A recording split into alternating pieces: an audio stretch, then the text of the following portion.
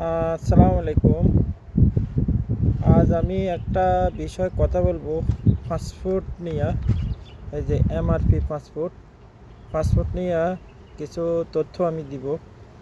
তো তথ্যটা হয়েছে এমআরপি পাসপোর্ট যাদের এখন আছে, তো এখন আর বাইরে যারা আছে তারা এখন আর এমআরপি পাসপোর্ট আর 5 বছরের পাসপোর্ট হইব না।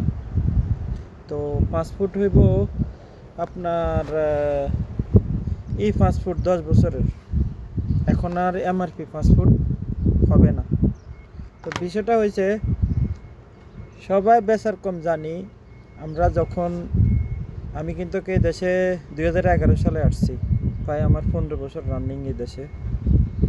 তো আমি এর আগে 2বার রিনিউ করছি, পাসপোর্ট দিছি, পাসপোর্ট পাইছি। এই পাসপোর্ট এগুলো দিছি, পাসপোর্ট আমি আবার ফের পাইছি।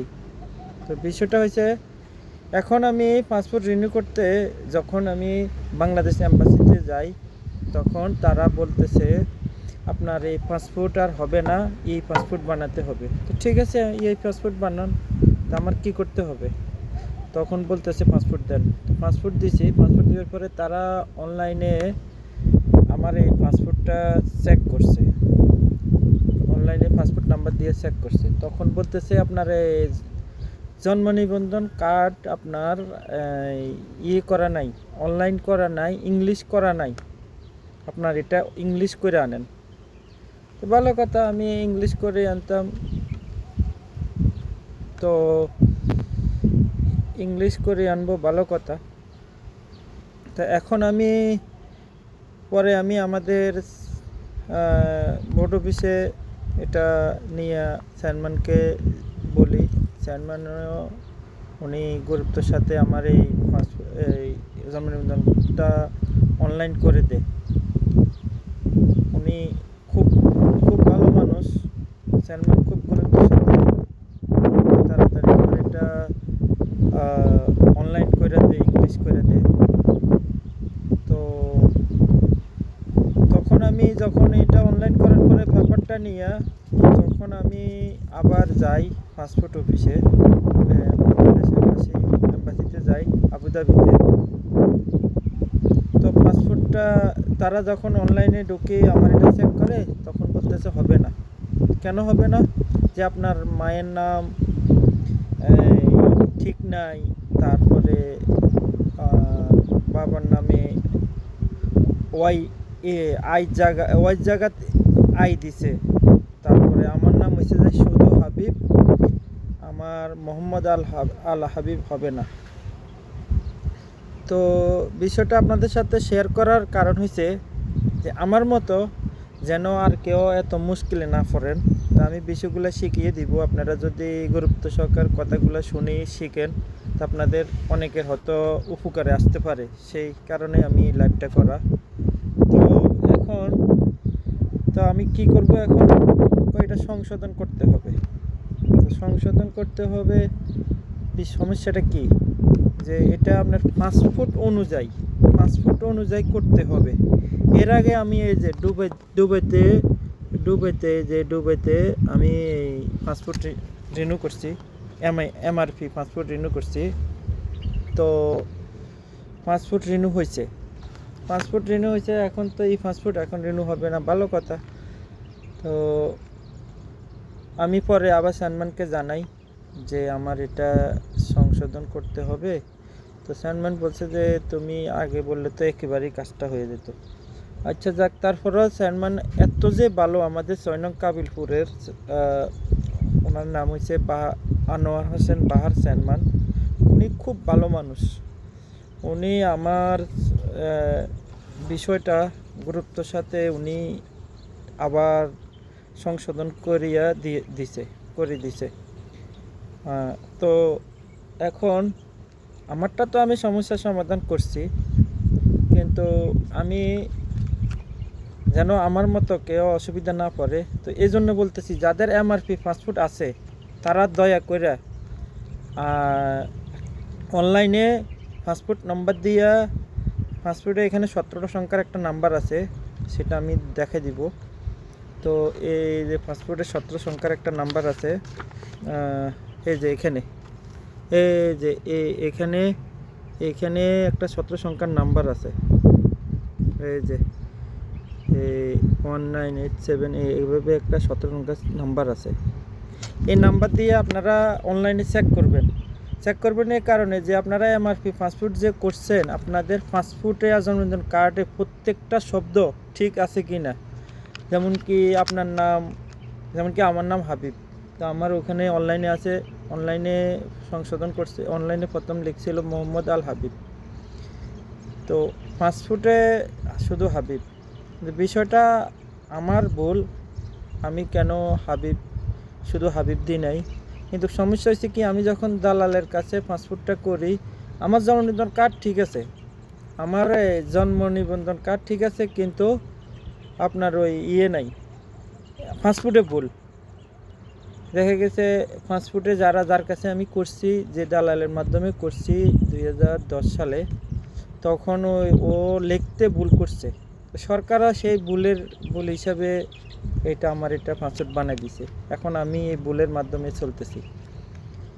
তো আপনারা কিভাবে চেক করবেন অনলাইনে, তো বিষয়টা আপনারা মোবাইল দিয়ে পারবেন। আসলে আমি এম্বাসিতে যাওয়ার পরে একটা জিনিস শিখছি, একটা জিনিস আপনাদের মাধ্যমে সেই জিনিসটা শেয়ার করি, তো আপনারাও পারবেন।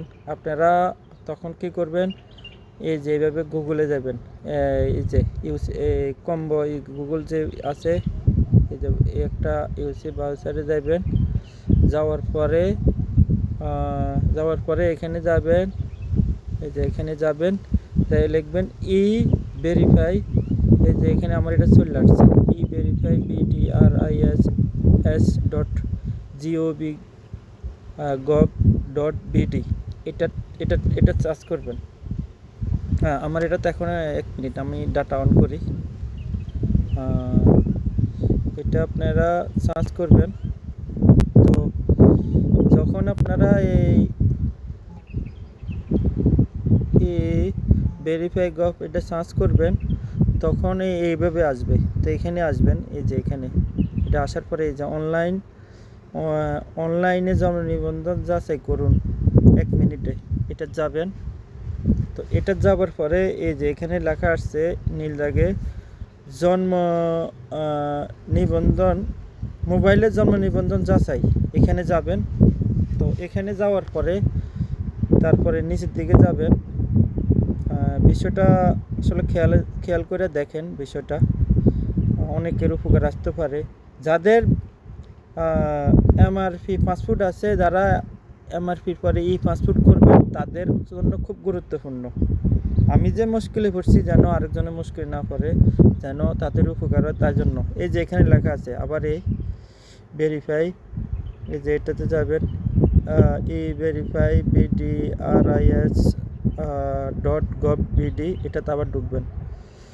এটা ঢোকার পরে আপনারা যাবেন হলো যায় এই যে এখানে যাওয়ার পরে, যেমন কি আমার ইয়েটা আপনাদেরকে দেখাই, 1987518030300417।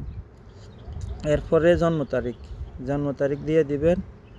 জন্ম তারিখ দেওয়ার কালে সালটা আগে দিবেন, তারপরে মাস দিবেন, তারপরে তারিখ, মানে তারিখ দিবেন আর কি। সাল আগে, তারপরে মাস, তারপরে তারিখ, ডেট আর কি। দেওয়ার পরে এখানে যাবেন, এখানে বলছে যে 94 থেকে 39 মাইনাস করতে। তো 39 মাইনাস করলে তাহলে থাকবে হলো যায় 53, 49, 94 থেকে 39 গেলে 53, 55।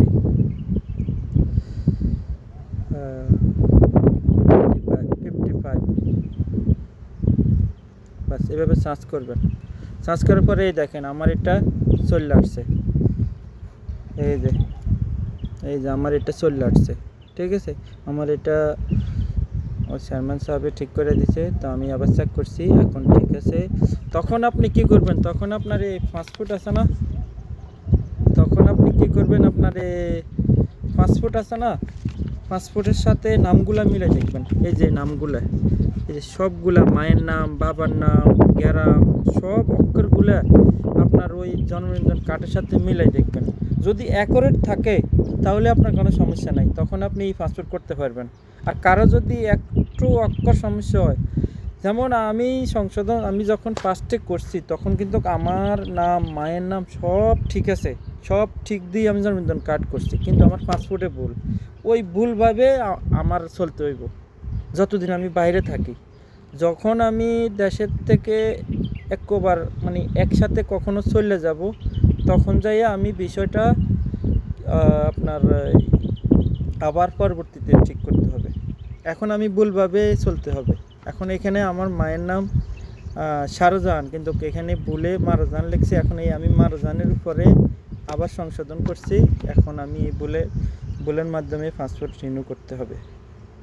তো এ কারণে যেন কেন এই দেশে আরবিরা তো আর এগুলা এখানে এগুলা করতে অনেক ঝামেলা, যে নাম চেঞ্জ করলে অনেক ঝামেলা, যাওয়া আসা, তারপরে আপনার বিভিন্ন এই দেশে বিভিন্ন কার্ড হয়, ট্রেনিংয়ের কার্ড হয়, এগুলা আবার দেখা গেছে যেমন কি আমার নাম এসে শুধু হাবিব পাসপোর্টে লেখা। এখন আমি যদি পাসপোর্ট মোহাম্মদ হাবিব যোগ করি, তো আমি যত ট্রেনিং কার্ড আছে সব আমার চেঞ্জ করতে হবে।